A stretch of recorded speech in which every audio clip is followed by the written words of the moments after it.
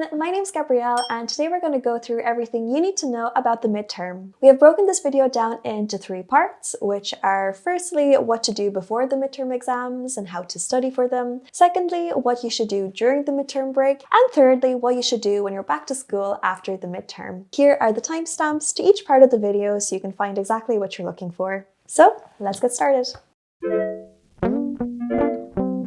So, how should you prepare for your midterm exams? Well, the good news about the midterms is that your teacher can't ask you a lot of questions because you probably haven't covered so much of the curriculum between now and September. So basically, you can just consider the midterm exams as this opportunity to do some revision. Going through your past class tests before your midterm exams will show you exactly where the gaps in your knowledge are, so going through these is probably the best way that you can revise before the exams. And as a little tip, if your teacher gave back your past class tests at one point during September or October, and he or she said like, oh, I'm disappointed in you guys, a lot of you got this particular question wrong, then you can kind of expect that a question will probably come up on your midterm exam. And once you're done with going over your past class tests, I'd really recommend for you to go through past exam paper questions in the topics that you've covered this year so far. And this is especially important if you're in 3rd or 6th year. And you should also know that a lot of teachers use the Studyclix site to create their midterm exams.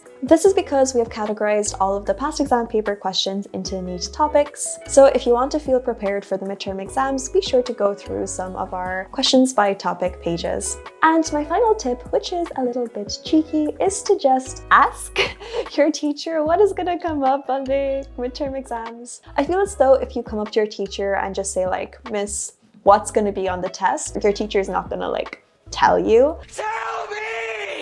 But I feel as though if you ask your teacher super specific questions like, Miss, what are the top 3 topics I should go over before the midterms? Or, Miss, should I revise this topic? Is it gonna come up on the midterm? And the more specific the question, the more likely your teacher is gonna answer it. So if you're gonna ask your teacher for some hints, then just be sure to ask a super specific question because you're more likely to get that answered. So once you are done with your exams, how should you spend the midterm break? So my best piece of advice for the midterm break is actually something you probably don't want to hear, and that is that you should get your homework done as soon as possible. If your teacher has assigned you something to do for the midterm break, then do not leave it to the last minute. I must admit that like from 1st till 3rd year, I always left my homework till the last minute, till Sunday night before I go back to school, and honestly this did me no favors. When you leave your homework till Sunday night, you're actually just going to be thinking about it throughout the entirety of the midterm break. You're going to feel guilty for not studying. Do not do this.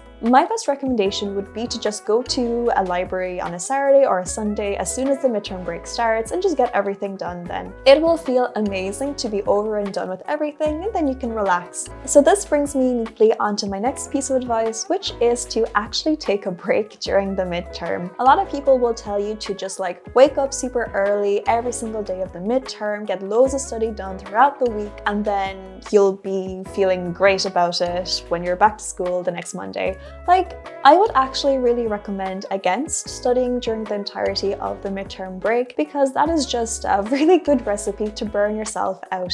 If you are an exam year, for example, if you're in 3rd or 6th year, you're gonna have to do a lot of study and a lot of revision on your Easter break and any other time off that you have later on in the year. So I think taking this time right now to be kind to yourself is really important. Treat yourself. And in my experience, I found that it was a lot easier to go back to school on the Monday and to get back into the routine of studying when I have actually rested. So this midterm break, absolutely be sure to take a break.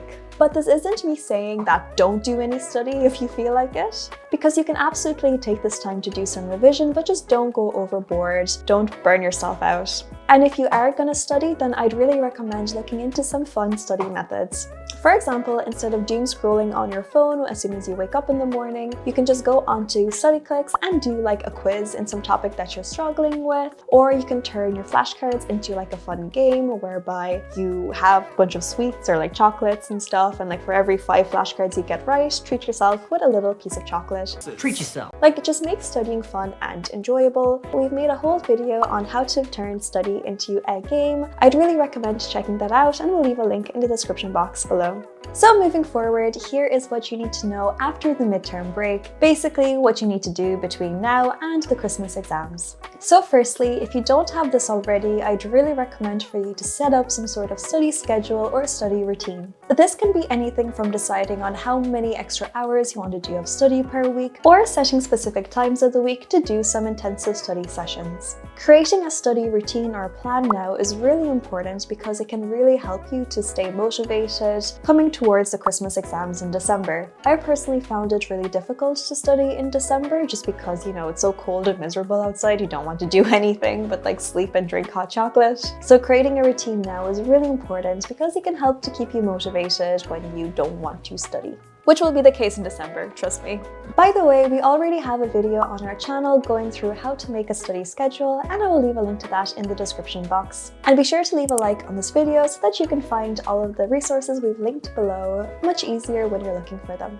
Moving forward, the second thing you should be doing between now and the Christmas exams is trying out new study methods. This is the perfect time of the year to figure out what study methods work for you and which study methods just simply don't work for you. In my experience, the same study methods don't work for every subject. For example, you can get away with memorizing a load of stuff in biology, but you can't pass the maths exam by just memorizing things. You actually have to do past exam paper questions in maths to study. So figuring out what are the best study methods for your subjects right now is probably the best use of your time. Because in March or April or May, you will just not have the time to be experimenting with new study methods. So be sure to do that now. And if you'd like us to cover any specific subject, as in like how to study for that subject or some exam tips for that subject, then be sure to comment down below. We would be so happy to make more subject-specific content like the H1 physics guide, but it's kind of hard to decide what subjects we should cover or what you'd like to watch, so be sure to leave a comment and we will cover that subject in a future video. And then finally, my last piece of advice is more like a fact than it is a tip, but it is that early preparation really pays off.